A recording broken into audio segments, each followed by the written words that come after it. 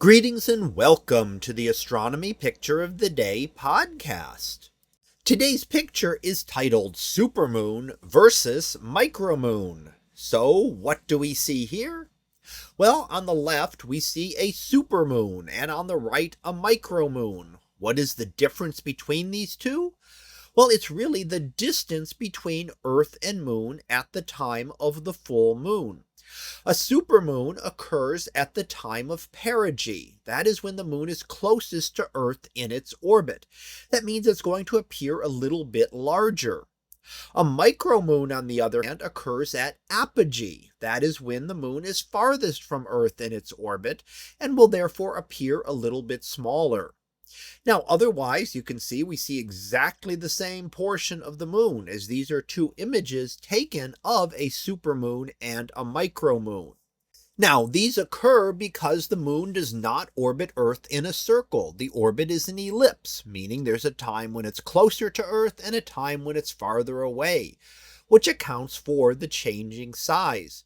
And in fact, the full moon tonight will be a micromoon. It will actually appear a little bit smaller and will be the farthest, smallest, and dimmest full moon this year. But the question is, will you really be able to notice the difference? And the answer is no. Just going out there and looking at the moon, you're really not going to notice that it appears smaller. When we look at them side by side, we can see there's a distinct difference, and the moon is definitely much smaller at the time of micromoon.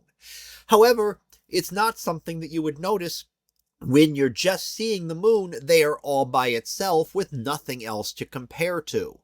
So just as you really wouldn't notice the supermoon being brighter and larger, you're not going to notice the micromoon being smaller and fainter. Now, this full moon is also special because it is a blue moon.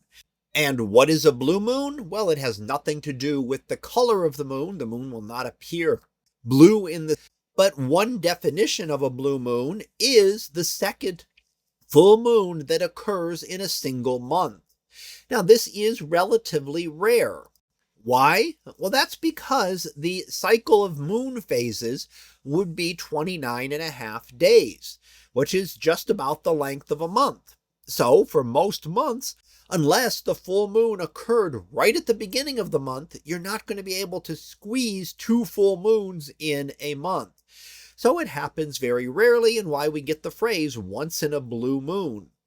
Now, this is one definition of a blue moon, but the original definition was actually not two full moons in 1 month, but the third of 4 full moons in a season.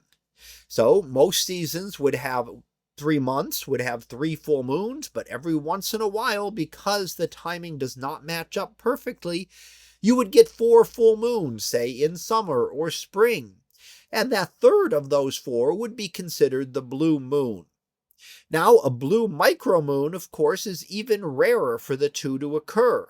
A blue moon, the next blue moon will occur in 2028. The next micromoon will occur next month.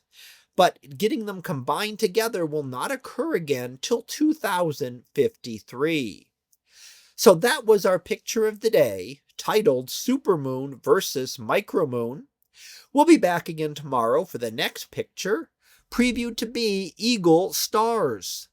So we'll see what that is about tomorrow. And until then, have a great day, everyone, and I will see you in class.